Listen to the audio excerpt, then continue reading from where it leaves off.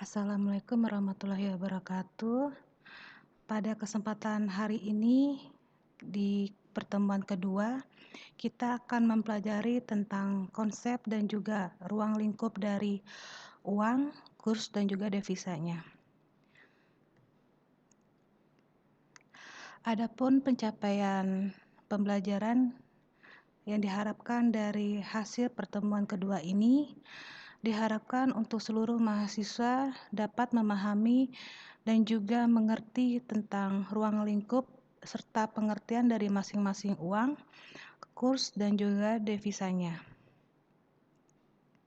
Selanjutnya kita akan membahas tentang uang, dari pengertian uang itu sendiri, lalu fungsi uangnya, sejarah penggunaannya, lalu ada uang yang beredar, lalu ada mekanisme penciptaan uangnya, lalu ada faktor-faktor yang mempengaruhi beredarnya uang tersebut, serta adanya peranan uang dalam perekonomian. Diketahui bahwa pengertian dari uang itu sendiri sangat sulit kita pahami, di mana uang ini bisa dicirikan dan juga bisa dilihat fungsi dari uang-uang itu sendiri. Maka untuk mempermudah dan juga menyederhanakan pemahamannya, kita bisa melihat dari pengertian uang tersebut dilihat dari kehidupan sehari-hari, di mana uang ini bisa dilihat dari kegunaannya dan juga fungsi dari uang tersebut bagi kehidupan masyarakat pada umumnya. Maka untuk pengertian uang ini sendiri bisa kita artikan bahwa uang merupakan suatu benda yang bisa dipertukarkan dengan benda lain, lalu bisa digunakan untuk menilai benda lain atau sebagai alat hitung dan juga bisa digunakan sebagai alat penyimpanan kekayaan. Lalu apa fungsi dari uang itu sendiri? Awalnya uang ini hanya bisa berfungsi sebagai alat penukar saja, tetapi dengan berjalannya perkembangan abad manusia dalam kehidupan atau memenuhi kebutuhan perekonomiannya, maka uang itu sendiri bisa berkembang dan juga berfungsinya ini adalah menambah fungsinya sebagai yang bisa dirasakan pada saat perjalanan kehidupan manusia itu sendiri. Lalu fungsi uang ini ada 4, yaitu sebagai uang sebagai alat tukar, lalu uang sebagai alat penyimpan nilai, yang ketiga yaitu uang sebagai satuan uang, yang keempat yaitu uang sebagai uang pembayaran yang tertunda. Di mana uang sebagai alat tukar ini bisa dibayangkan betapa sulitnya dalam kehidupan perekonomian modern saat ini tanpa adanya benda yang bisa digunakan sebagai alat tukar. Maka tanpa adanya uang ini, transaksi hanya bisa dilakukan dengan cara tukar-menukar atau biasa disebut dengan barter antara barang yang satu dengan barang yang lainnya. Lalu fungsi yang kedua yaitu sebagai alat penyimpanan nilai, di mana uang ini dianggap sebagai alat penyimpan nilai. Yang dimaksud adalah barang-barang yang berharga yang memiliki nilai artinya berupa tanah, rumah, permata, dan lain sebagainya. Walaupun bentuk kekayaannya ini berbagai macam bentuknya atau ragam bentuknya, tidak bisa diungkiri bahwa uang ini merupakan salah satu pilihan yang bisa menyimpan kekayaan. Fungsi yang ketiga yaitu uang sebagai satuan alat hitung. Apabila tidak ada satuan alat hitung ini yang diperankan oleh uang, maka dibayangkan kesulitan yang akan dialami oleh manusia tersebut dalam menilai suatu barangnya. Tanpa ada alat satuan hitung ini, seseorang tidak memungkinkan bisa menilai barang tersebut atau kesulitan dalam menilai sesuatu ini. Misalkan contohnya seekor sapi ditukar dengan 2 ekor kambing dan lain sebagainya. Dengan adanya uang ini dalam hal tukar-menukar dan juga adanya nilai atau penilaian dari suatu barang tersebut, akan mempermudah transaksi tersebut dilakukan oleh masing-masing masyarakat pada umumnya itu tersebut. Lalu yang keempat, fungsinya yaitu sebagai ukuran pembayaran yang tertunda,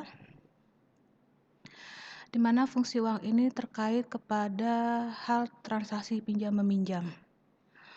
Uang yang di sini dimaksudkan adalah salah satu alat cara untuk menghitung jumlah pembayaran pinjaman pada saat itu.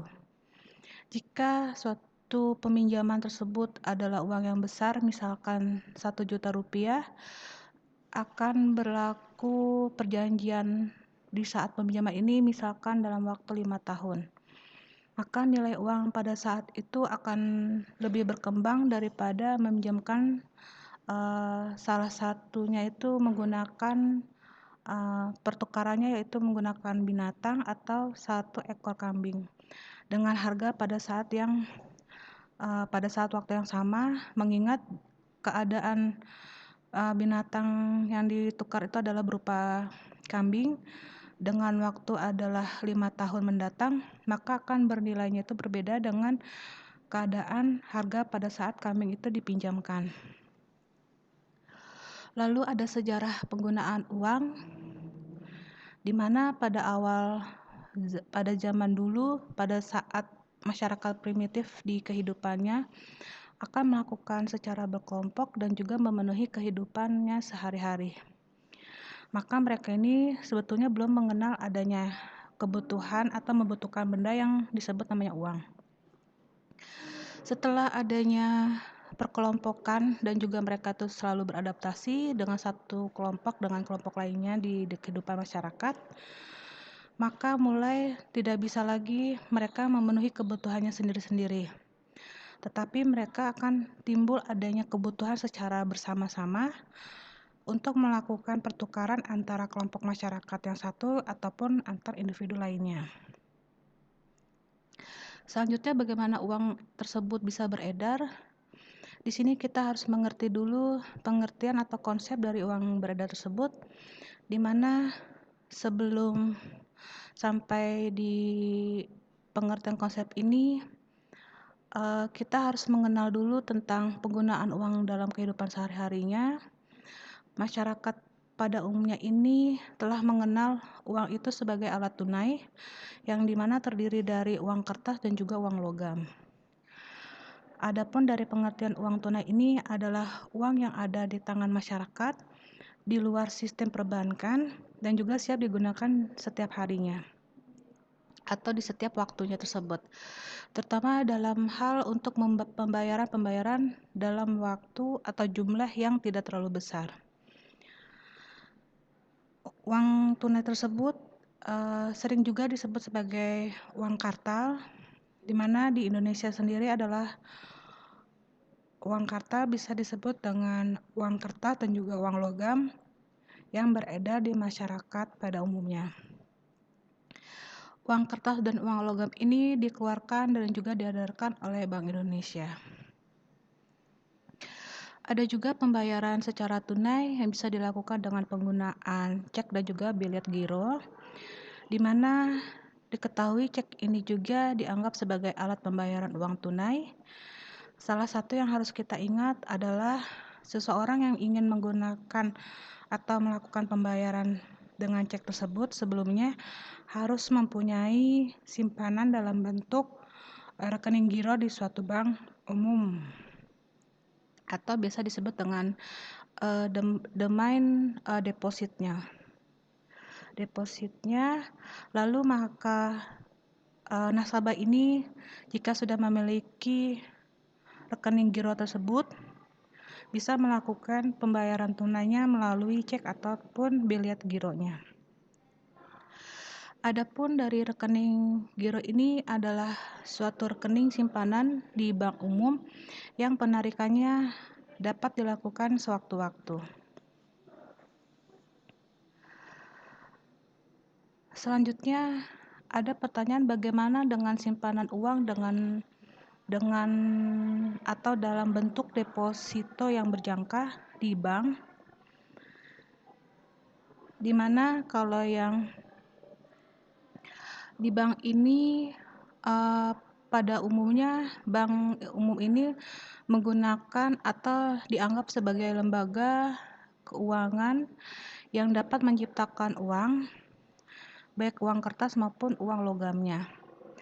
Biasanya bank umum ini disebut dengan bank pencipta uang atau giralnya.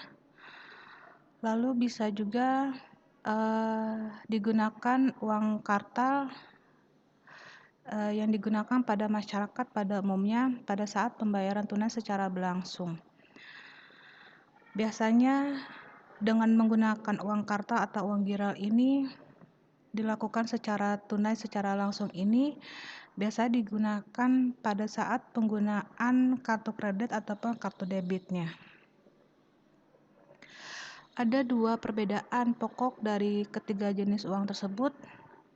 Yang pertama, jika dilihat dari lembaga yang mengeluarkan ataupun yang mengedarkan, terlihat bahwa uang kertas tersebut dikeluarkan dan diedarkan oleh bank sentral. Sementara untuk uang giral atau uang kuasinya ini diciptakan dan diedarkan oleh bank umumnya.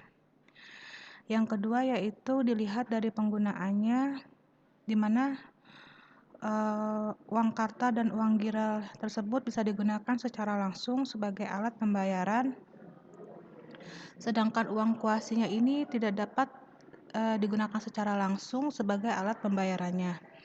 Maka dengan demikian uang kartal dan juga uang giral ini lebih liquid dibandingkan dengan uang kuasinya.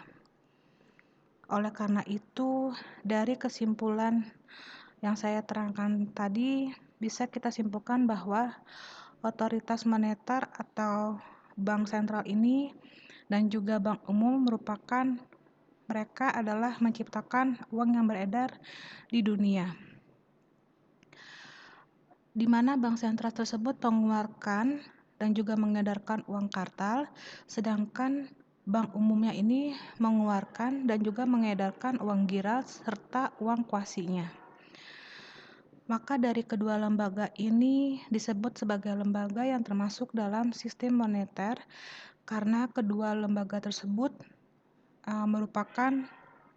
memiliki fungsi moneternya, yaitu bisa menciptakan uang tersebut. Selanjutnya ada jenis uang yang beredar. Ada 3 jenis uang yang beredar. Yang pertama uang kartal, yang kedua yaitu uang giral, yang ketiga yaitu uang kuasi. Sesuai dengan uang yang beredar yang beragam ini, lalu ada jenis uang yang beredarnya pun sangat beragam, mulai dari pengertian sempitnya, lalu ada definisinya juga, sampai yang dari yang sempit sampai yang terluasnya sendiri. Untuk uang kartal sendiri merupakan atau biasa disebut dengan uang tunai, yang dimana uang kartal ini merupakan jenis uang yang beredar dalam pengertian yang paling sempit. Yang di Indonesia sendiri, pengertian uang sempit tersebut sering disebut dengan simbol MI, didefinisikan sebagai kewajiban sistem moneter terhadap sektor swasta domestik yang terdiri dari uang kartal atau logonya atau YC dan uang giral dengan simbolnya yaitu D. Yang kedua yaitu uang yang beredar dalam artian luas di Indonesia biasanya disebut dengan likuiditas perekonomian dengan simbolnya yaitu M2.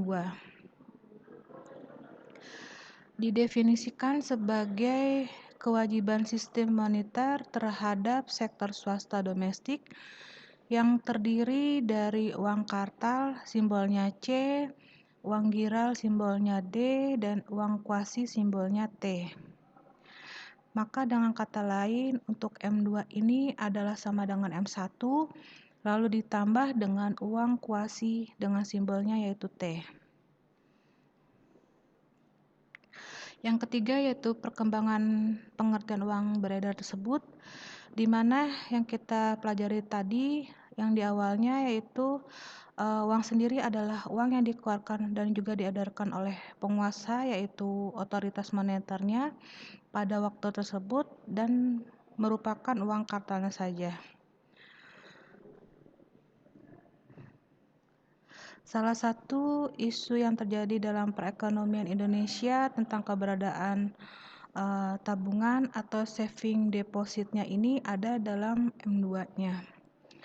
Kebanyakan jenis tabungan tersebut ditawarkan pada perbankan pada saat itu adalah jenis tabungan yang dapat ditarik sewaktu-waktu yang disertai dengan kemudahan pencariannya yaitu menggunakan kartu ATM. Sifat tabungan ini dinilai sama dengan simpanan giral, bahkan sama dengan penggunaan uang tunainya. Maka dengan demikian jenis tabungan tersebut harus digolongkan ke dalam jenis uang M1 dan bukan di M2-nya.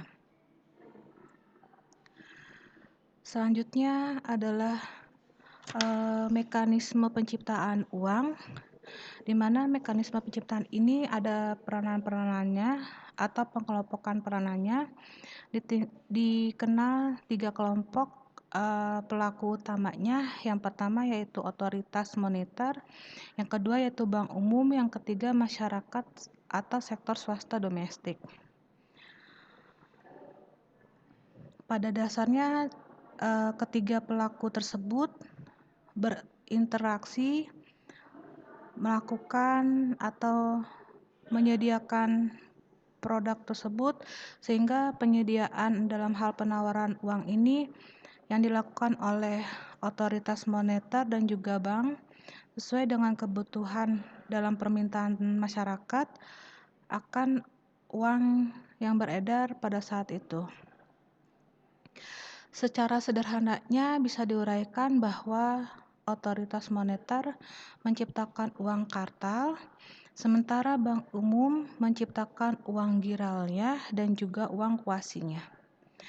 Sedangkan untuk masyarakat akan menggunakan uang-uang tersebut yang diciptakan oleh otoriter moneter dan juga bank umum tersebut untuk melaksanakan kegiatan perekonomian. Yang pertama, penciptaan uang primer oleh otoritas moneter.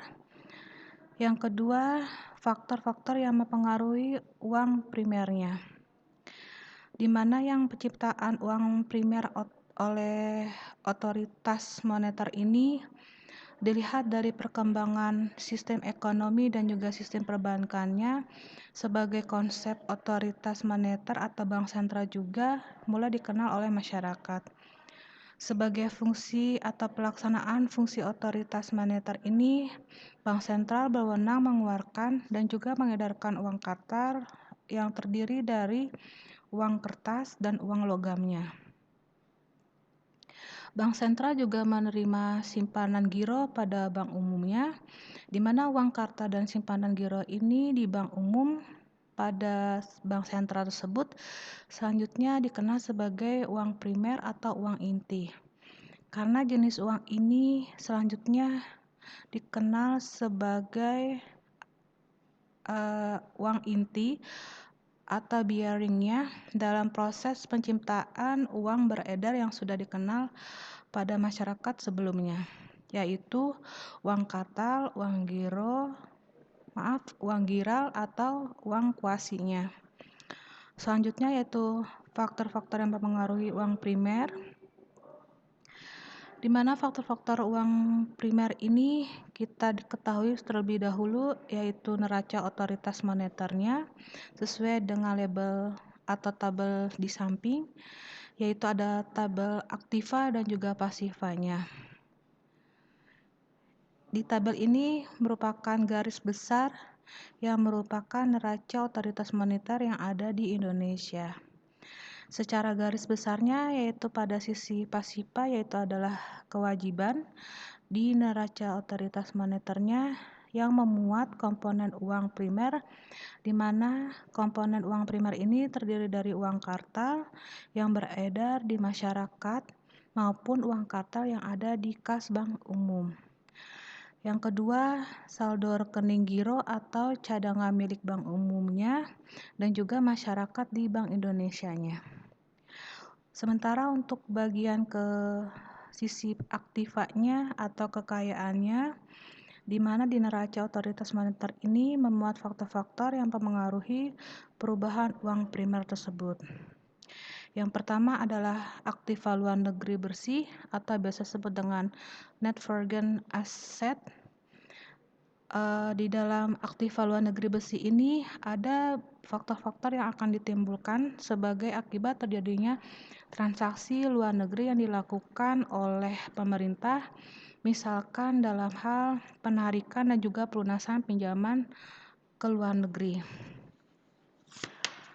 Lalu yang kedua yaitu aktiva dalam negeri bersih atau biasa disebut dengan net domestic asset, di mana faktor ini bersumber kepada transaksi dalam bentuk uang domestik yang dilakukan oleh pemerintah, baik yang sektor swasta domestik dan juga bank umumnya.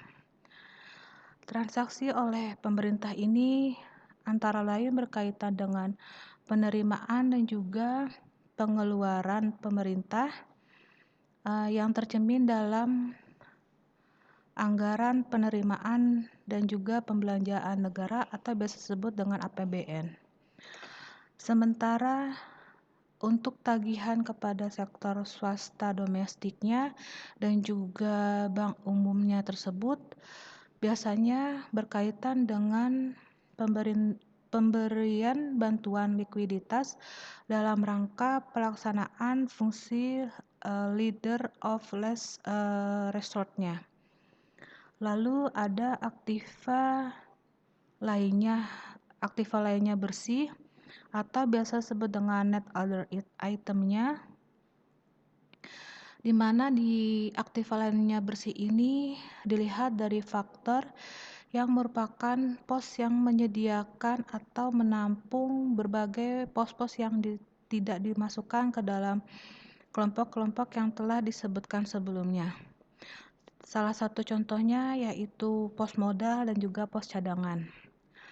Selanjutnya yang ketiga yaitu penciptaan uang oleh bank umum, di mana penciptaan uang oleh bank umum ini terdiri dari uang gira dan juga uang kuasi secara umum melalui substitusi, yang kedua yaitu transformasi, yang ketiga yaitu pemberian kreditnya. Untuk yang pertama, di substitusinya ini, di mana melalui proses seseorang dapat menyetorkan uang kartal tersebut ke bank umumnya untuk dimasukkan ke dalam simpanan giro, simpanan tabungan, ataupun sebagai deposito. Yang kedua, transformasinya melalui proses transformasi bank umum dapat membeli surat-surat berharga, kemudian membukukannya ke dalam simpanan giro atas nama yang bersangkutan atau membukukan ke dalam simpanan tabungan atau depositonya. Yang ketiga, melalui pemberian kredit, di mana pemberian kredit ini melalui prosesnya yaitu bank umum dapat memberikan kredit kepada nasabahnya dan membukukan ke rekening giro tersebut atas nama debiturnya yang menerima kreditnya tersebut. Selanjutnya yaitu hubungan uang primer dengan uang yang beredar, di mana yang telah kita kemukakan sebelumnya, proses dari penciptaan uang baik yang dilakukan oleh bank umum maupun otoritas moneternya lalu telah mengenal uang primer atau biasa disebut dengan logo atau simbolnya yaitu MO. Uang beredar tersebut bisa di dalam artikan arti sempitnya yaitu M1 dan uang yang beredar dalam arti luasnya dengan simbol M2-nya. Maka dari hubungan antara M0 atau MO ini dengan M1 dan juga M0 dengan M2-nya. Untuk yang uang primer atau M0 ini merupakan atau dianggap sebagai inti dalam proses penciptaan uang yang beredar di perbankan. Sementara untuk yang bank sentral mempunyai kemampuan untuk mengendalikan uang primer tersebut yang berada pada sisi pasifan neraca otoritas moneternya. Selanjutnya, dari peredaran uang ini, maka mengingat kemampuan otoritas moneter tersebut dalam mengatur jumlah uang yang beredar, sangat tergantung kepada faktor-faktor dan juga yang terutama adalah Bank Umum ini juga mempunyai peranan dan juga kemampuan untuk menciptakan uang giral dan juga uang kuasinya. Sementara untuk uang yang beredar ini juga dipengaruhi oleh perilaku masyarakat dalam membelanjakan uangnya tersebut. Selanjutnya yaitu tentang faktor-faktor yang mempengaruhi uang yang beredar. Uang yang beredar ini dikelompokkan menjadi dua, yaitu faktor yang mempengaruhi angka pelipat ganda uang. Yang kedua yaitu mempengaruhi perubahan uang primernya. Untuk yang pertama, faktornya yang mempengaruhi angka pelipat ganda uang ini dilihat dari faktor yang mempengaruhi determinan uang primer tersebut sendiri, yaitu antara biaya penggunaan uang giralnya, lalu ada kenyamanan dan juga keamanannya, lalu ada biaya relatifnya atau biasa disebut dengan opportunity cost-nya, yaitu dari suku bunga, pendapatan masyarakat, kemajuan layanan sektor perbankannya, lalu ada ketentuan otoritas moneter dan juga keperluan bank akan likuiditas jangka pendeknya.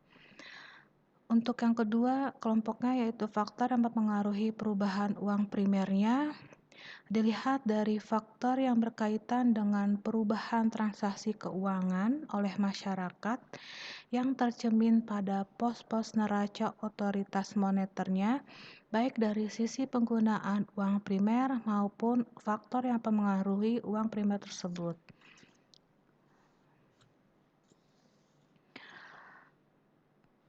Selanjutnya yaitu peranan uang dalam perekonomian.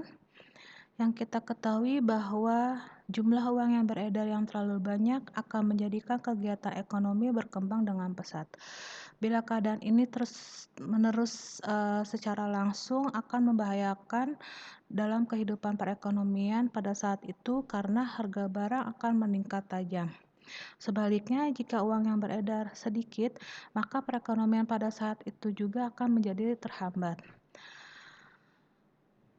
Lalu selanjutnya tentang perekonomian uang tanpa bank, ada uang dan kegiatan ekonominya. Lalu yang ketiga ada uang dan suku bunganya. Yang keempat yaitu uang dan kegiatan ekonomi sektor realnya. Yang kelima yaitu uang dan harganya. Keenam yaitu pengaruh penting dari penggunaan uang. Yang ketujuh yaitu pengendalian jumlah uang yang beredar. Perekonomian uang tanpa uang, di mana dalam dunia usaha perekonomian uang tanpa uang ini bukanlah hal yang baru. Pada umumnya manusia melakukan transaksi dengan menggunakan uang, tetapi untuk beberapa kegiatan khususnya sering pula dilakukan tidak menggunakan uang, yang biasa itu kita kenal sebagai transaksi barter. Di dalam barter ini kita kenal sebagai pertukaran barang dengan barang lainnya.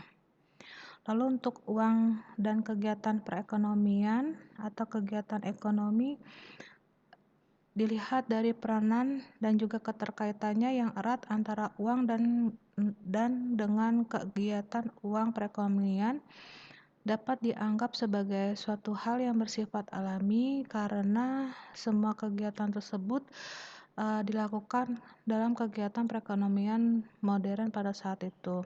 Misalnya dalam produksi, investasi, dan juga konsumsi, yang semua kegiatan ini melibatkan peranan uang tersebut. Lalu uang dan suku bunganya, di mana sesuai dengan hukum permintaan pasar, apabila jumlah uang yang disediakan melebihi jumlah yang diminta, maka akan terjadinya kelebihan penyediaan uang yang pada akhirnya tersebut akan mengakibatkan penurunan harga uang atau suku bunganya. Lalu dalam ilmu ekonomi moneternya, salah satu teori yang menjelaskan keterkaitan antara suku bunga dengan permintaan atau penyediaan dana tersebut atau uangnya adalah teori dana yang dapat dipinjamkan. Sebaliknya, apabila jumlah uang yang diminta melebihi jumlah yang disediakan, maka akan mendapatkan dan juga mengakibatkan kenaikan harga uang atau suku bunga pada saat itu. Perlu dijelaskan bahwa suku bunga yang dimaksud adalah suku bunga keseimbangan pasar, yaitu suku bunga yang mencerminkan kesesuaian antara suku bunga simpanan pada sisi penawaran uang dan juga suku bunga pinjaman pada sisi permintaan uangnya. Maka dari perubahan suku bunga ini bisa terjadi sebagai akibat adanya perubahan jumlah uang yang beredar yang mencerminkan interaksi antara sisi permintaan dan sisi penawarannya. Ada beberapa keuntungan yang menjadi kekuatan sistem perekonomian dengan menggunakan pertukaran uang. Yang pertama yaitu uang pertukaran dapat dipecahkan menjadi dua transaksi. Yang kedua yaitu penilaian atas barang atau jasa dapat dinyatakan dalam satuan uang sehingga bisa mempermudah perbandingan nilai-nilai uang tersebut dengan berbagai macam dan juga jumlah barang atau jasa yang ditawarkan. Maka dalam hal ini transaksinya bisa dianggap uang ini sebagai fungsi sebagai alat untuk hitung dalam penawaran atau penilaian atas barang atau jasa yang ditawarkan tersebut. Yang ketiga yaitu uang mempermudah keinginan untuk menabung. Yang keempat yaitu uang memajukan transaksi pinjam-meminjam antara orang yang penghasilannya melebihi pengeluaran baik dari konsumsi atau investasinya dengan orang yang mengeluarkannya melebihi penghasilannya, yaitu antara surplus unit dengan defisit unitnya. Maka dalam hal ini uang tersebut berfungsi sebagai alat penyelesaian utang piutangnya. Yang selanjutnya yaitu ada pengaruh penting dari penggunaan uang tersebut, di mana pengaruh kepada kepentingan penggunaan uang dalam perekonomian ada dua, yaitu penggunaan uang melancarkan pertukaran, memajukan spesialisasi kerja, mendorong tabungan maupun investasinya. Yang kedua yaitu menciptakan atau menggunakan uang sebagai salah satu alat hitung yang menyatakan dalam hal penilaian harga barang dan juga menciptakan harga barang-barang tersebut di pasaran, baik yang barang ataupun jasa yang ditawarkan.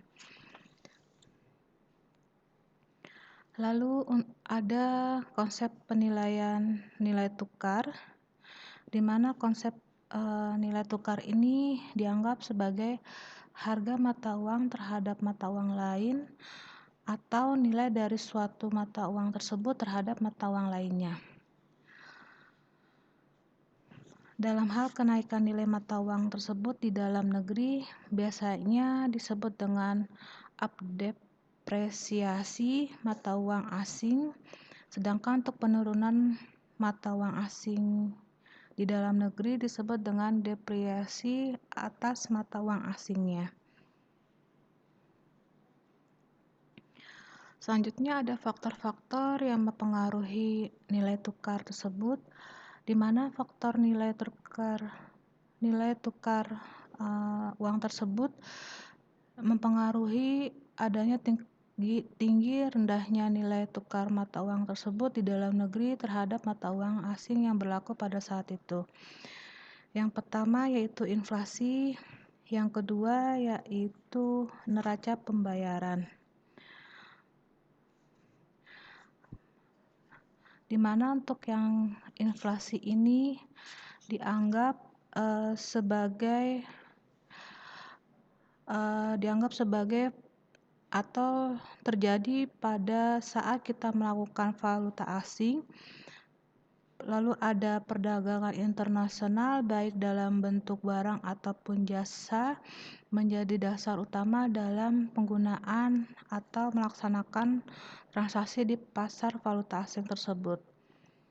Sehingga dalam perubahan harga dalam negeri ini yang relatif terhadap harga luar negeri dipandang sebagai faktor yang jumlah uang beredar pada saat itu. Uang yang beredar dalam keseluruhan jumlah uang ini dikeluarkan secara resmi baik dari bank sentralnya berupa uang kartal maupun uang giralnya dan juga uang kuasinya bisa dilihat dari tabungan, falas, dan juga depositonya. Lalu ada pendapat ahli yang mengatakan bahwa untuk menentukan perubahan nilai tukar antara mata uang suatu negara tersebut dipengaruhi oleh beberapa faktor yang terjadi di negara tersebut, yang dimana faktor ini dilihat dari selisih tingkat inflasi, lalu selisih tingkat suku bunganya, lalu ada selisih tingkat pertumbuhan GDP-nya, lalu ada intervensi pemerintah di pasar valuta asingnya, dan juga expectation-nya atau perkiraan pasar atas mata uang yang akan datangnya.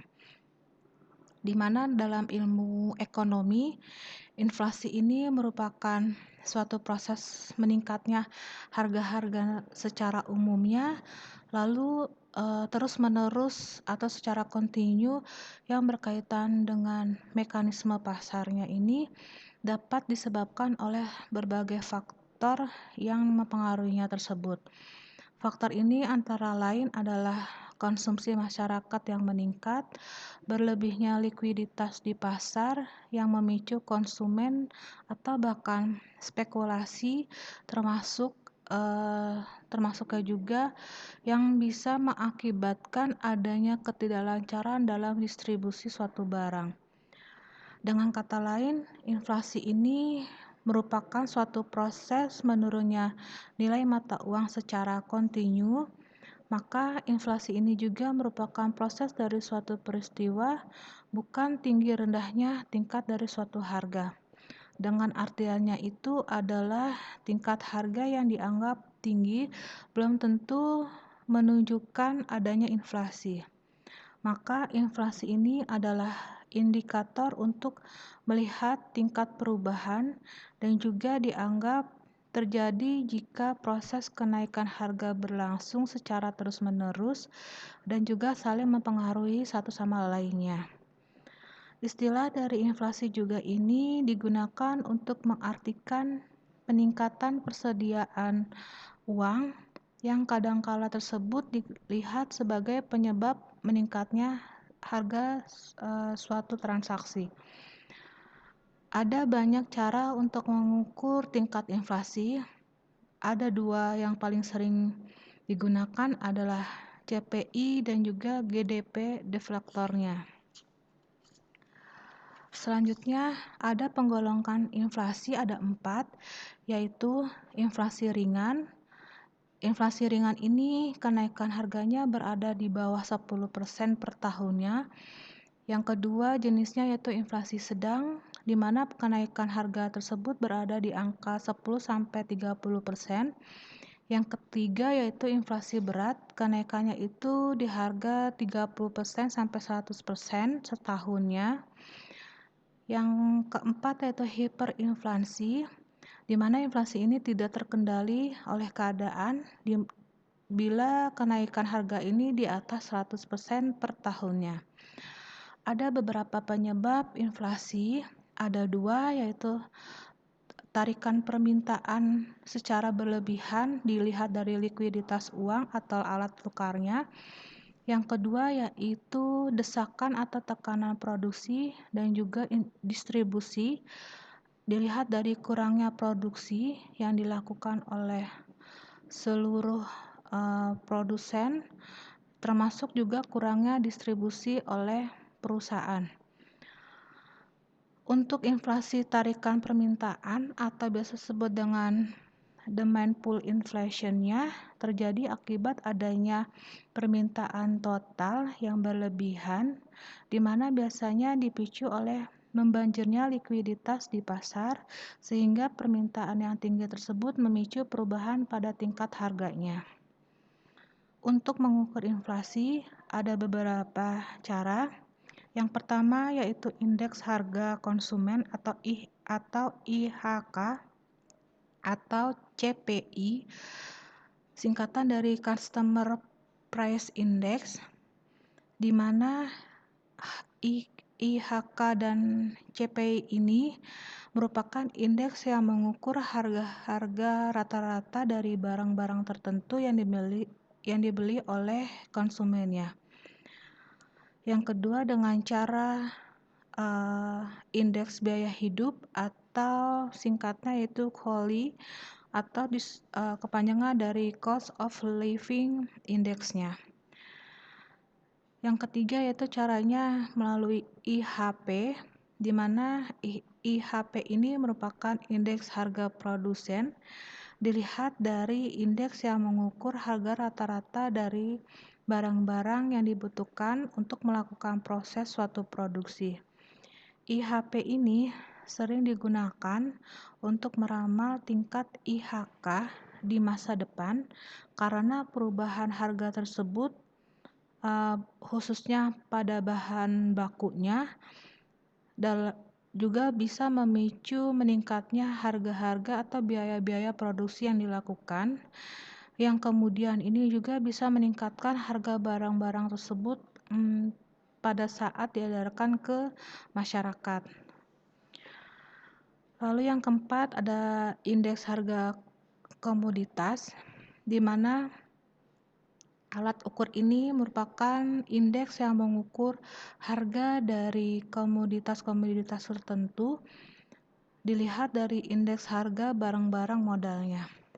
Selanjutnya yaitu mengukur inflasi dari deflator PDB, di mana PDB ini menunjukkan besarnya perubahan harga dari semua barang-barang baru, baik yang dari barang produksi lokal, barang jadi, dan juga jasanya.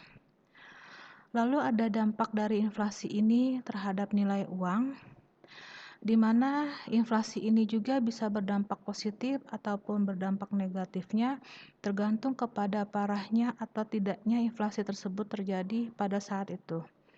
Apabila inflasi itu adalah ringan, maka tidak akan mempengaruhi ke bagian yang inflasi positifnya.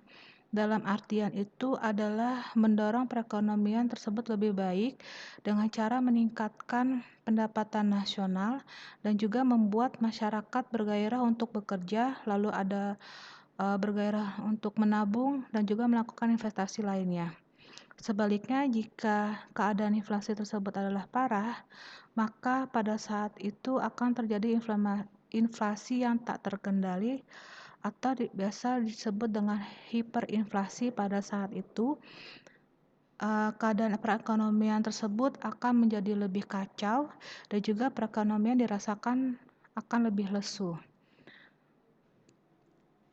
Selanjutnya yaitu tentang neraca pembayaran, di mana neraca pembayaran ini adalah catatan dari semua transaksi perekonomian internasional yang meliputi perdagangan, ekonomi keuangan moneter antara penduduk dalam negeri dengan penduduk luar negerinya selama periode waktu tertentu.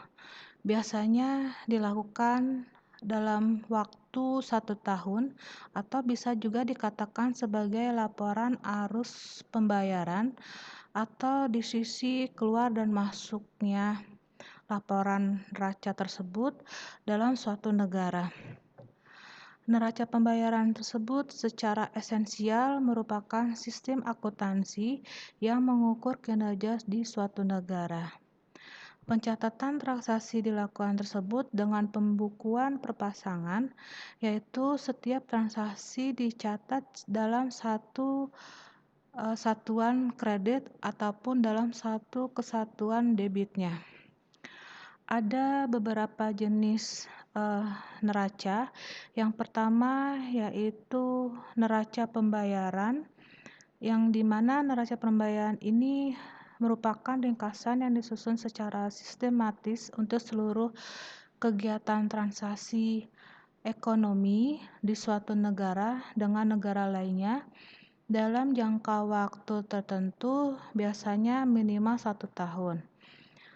Dari neraca pembayaran ini ada 2 jenis macam transaksinya yang dilakukan. Yang pertama transaksi debit, yang kedua transaksi kredit. Di mana transaksi debit ini merupakan transaksi yang menyebabkan mengalirnya arus uang atau devisa dari dalam negeri ke luar negeri. Transaksi ini juga biasanya disebut dengan transaksi negatif, yaitu transaksi yang menyebabkan berkurangnya posisi cadangan devisa. Yang kedua yaitu transaksi kredit, di mana transaksi ini yang menyebabkan mengalirnya arus uang atau devisa tersebut dari luar negeri ke dalam negeri. Maka transaksi ini juga disebut dengan transaksi positif, yaitu transaksi yang menyebabkan bertambahnya posisi cadangan devisa negara di suatu negara tersebut. Bagaimana cara kita menentukan nilai tukar di suatu negara? Ada 3 cara untuk menentukan nilai tukar tersebut. Yang pertama yaitu faktor fundamental, di mana faktor fundamental ini berkaitan dengan indikator perekonomian, baik yang dilihat dari inflasi, suku bunga, lalu ada perbedaan relatif pendapatan antar negaranya, lalu ada ekspektasi pasar dan juga intervensi dari bank sentralnya. Lalu faktor penentu kedua yaitu faktor teknis, di mana faktor teknis ini berkaitan dengan kondisi permintaan dan juga penawaran devisa pada saat tertentu. Apabila ada kelebihan permintaan, sementara penawarannya yaitu tetap, maka harga valuta asing akan terapresiasikan. Sebaliknya, jika keadaan atau apabila ada kekurangan permintaan pada saat itu, maka untuk penawarannya itu sementara tetap dan akan mempengaruhi nilai tukar valuta asing yang terjadi adalah terdepresiasikan. Lalu yang ketiga yaitu faktor penentunya dalam sentimen pasar, di mana sentimen pasar ini lebih banyak disebabkan oleh rumor atau berita politik yang bersifat insidentil yang dapat mendorong harga valuta asing tersebut naik ataupun turun secara tajam dalam jangka waktu pendek.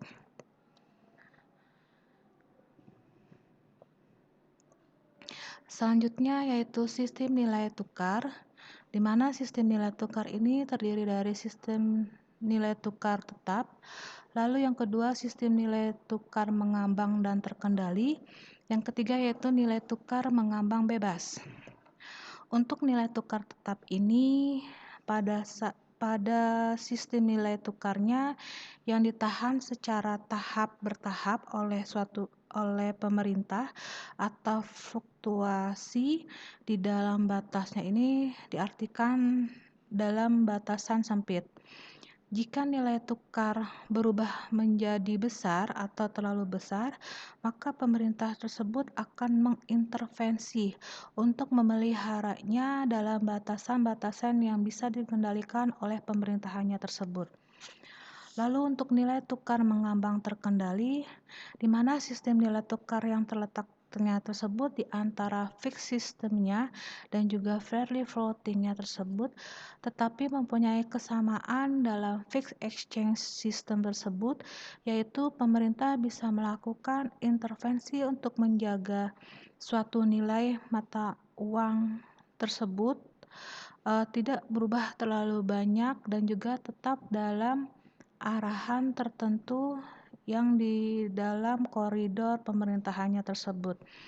Yang ketiga yaitu nilai tukar mengambang bebas, di mana sistem nilai tukar yang terletak di antara fixed system ini dan juga managed system floatingnya, tetapi mempunyai kesamaan dengan managed system floatingnya itu, yaitu pemerintah bisa melakukan intervensi untuk menjaga supaya nilai mata uang tersebut tidak berubah terlalu banyak dan tetap dalam arahan tertentu yang dilakukan oleh pemerintah pada saat itu. Lalu ada konsep nilai tukar valuta asing, di mana konsep valuta asing ini dibagi menjadi dua, yaitu permintaan dan juga penawaran nilai tukar valuta asingnya, lalu ada jenis dan juga sifat nilai valuta asingnya tersebut. Untuk yang nilai permintaan dan penawaran di nilai tukar valuta asing ini, di mana permintaan dan penawaran nilai tukar valuta asing tersebut merupakan dalam sistem nilai tukar menukar yang mengambang dari nilai tukar valuta asing ditentukan oleh permintaan dan juga penawaran valuta asing yang terjadi pada pasar valuta asingnya. Yang kedua yaitu permintaan valuta asing, antara lain itu berasal dari importernya dan juga pihak-pihak yang membayar hutang luar negerinya. Untuk sistem kurs mata uangnya yang berlaku di perekonomian internasional ada 4, yaitu sistem kurs yang mengambang, yang kedua yaitu mengambang bebas atau murni, yang ketiga yaitu mengambang terkendali, dan keempat yaitu sistem kurs tetapnya. Di mana sistem kurs mengambang ini dilihat dari sistem kurs yang ditentukan oleh mekanisme pasar dengan atau tanpa upaya stabilitas oleh otoritas moneternya. Yang kedua yaitu mengambang bebas atau murni, di mana kurs mata uang tersebut ditentukan sepenuhnya oleh mekanisme pasar tanpa ada campur tangan bank sentral atau otoritas moneternya. Yang ketiga yaitu mengambang terkendali, di mana otoritas moneter ini berperan aktif dalam menstabilkan kurs pada tingkatan tertentunya. Yang keempat yaitu sistem kurs tetap, di mana dalam sistem ini di suatu negara tersebut mengumumkan suatu kurs tertentu atas nama uangnya dan juga menjaga kurs ini dengan menyetujui untuk menjual atau membeli pada saat itu. Lalu ada pelaku pasar valuta asing, di mana pelaku pasar valuta asing ini merupakan perantara utama dalam transaksi pasar falasnya di seluruh dunia pada bank-bank yang beroperasi di dunia tersebut. Ada 6 pelaku pasar valuta asing. Yang pertama yaitu individu, yang kedua yaitu institusi, yang ketiga perbankan, keempat adalah bank sentral, kelima yaitu spekulator dan arbitrasernya, yang keenam adalah pialang pasar falasnya.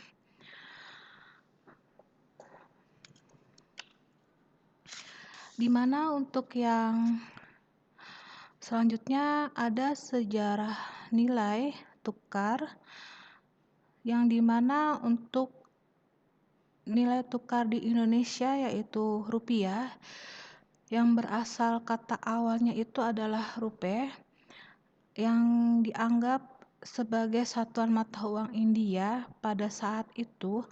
Di Indonesia juga telah menggunakan mata uang golden Belanda pada tahun 1610 hingga 1817 yang lalu.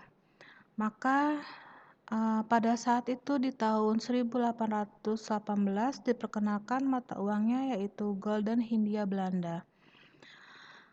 Maka dari itu, sejarah awalnya setelah berkembang secara pesat di Indonesia sendiri, dengan nama mata uang rupiahnya ini diperkenalkan pertama kali secara resmi pada saat itu di kependudukan Jepang di Perang Dunia Kedua dengan nama rupiahnya yaitu Hindia Belanda. Lalu berubah kembali menjadi Bank Jawa atau selanjutnya biasanya kita kenal sebagai Bank Indonesia. Selanjutnya tentang devisa. Pada umumnya sistem devisa tersebut bisa dibagi menjadi dua bagian, yaitu sistem devisa kontrol dan juga sistem devisa bebas. Di mana dalam sistem devisa kontrol ini kegiatan transaksinya devisa baik yang residen maupun yang non-residen dibatasi oleh pemerintah. Derajat tingkat pembatasannya pun berbeda-beda pada masing-masing negara tergantung pada ultimate target dari kebijakannya tersebut. Sementara untuk pada sistem devisa bebas tidak ada pembatasan dalam melakukan transaksi devisa baik yang dilakukan oleh residen maupun yang non-residennya. Maka untuk kebijakan devisa suatu negara tersebut berkaitan erat dengan kebijakan nilai tukar di suatu negaranya tersebut. Maka untuk kesimpulan di pertemuan kedua kali ini kita simpulkan adalah uang merupakan suatu benda yang dapat dipertukarkan dengan benda lain yang bisa digunakan untuk menilai suatu benda lainnya atau sebagai alat perhitungannya dan juga bisa digunakan sebagai alat penyimpanan kekayaannya. Yang kedua, nilai tukar dianggap sebagai harga mata uang terhadap mata uang lainnya tersebut atau nilai dari suatu mata uang terhadap mata uang lainnya. Untuk kenaikan nilai tukar mata uang dalam negeri biasa disebut dengan apresiasi mata uang asing, sedangkan untuk penurunan mata uang dalam negeri disebut dengan depresiasi atas mata uang asingnya. Pada umumnya, sistem devisa dibagi menjadi dua, yaitu sistem devisa kontrol dan yang kedua yaitu sistem devisa bebas. Nah, ini adalah daftar pustaka yang bisa rekan-rekan mahasiswa sekalian mencari bahan tambahannya, baik yang dari buku maupun nanti bisa kalian tambahkan melalui jurnal yang relevan pada manajemen perbankan ini. Demikian perkuliahan di pertemuan kedua kali ini. Sampai ketemu di pertemuan kuliah yang ketiga. Wassalamualaikum warahmatullahi wabarakatuh.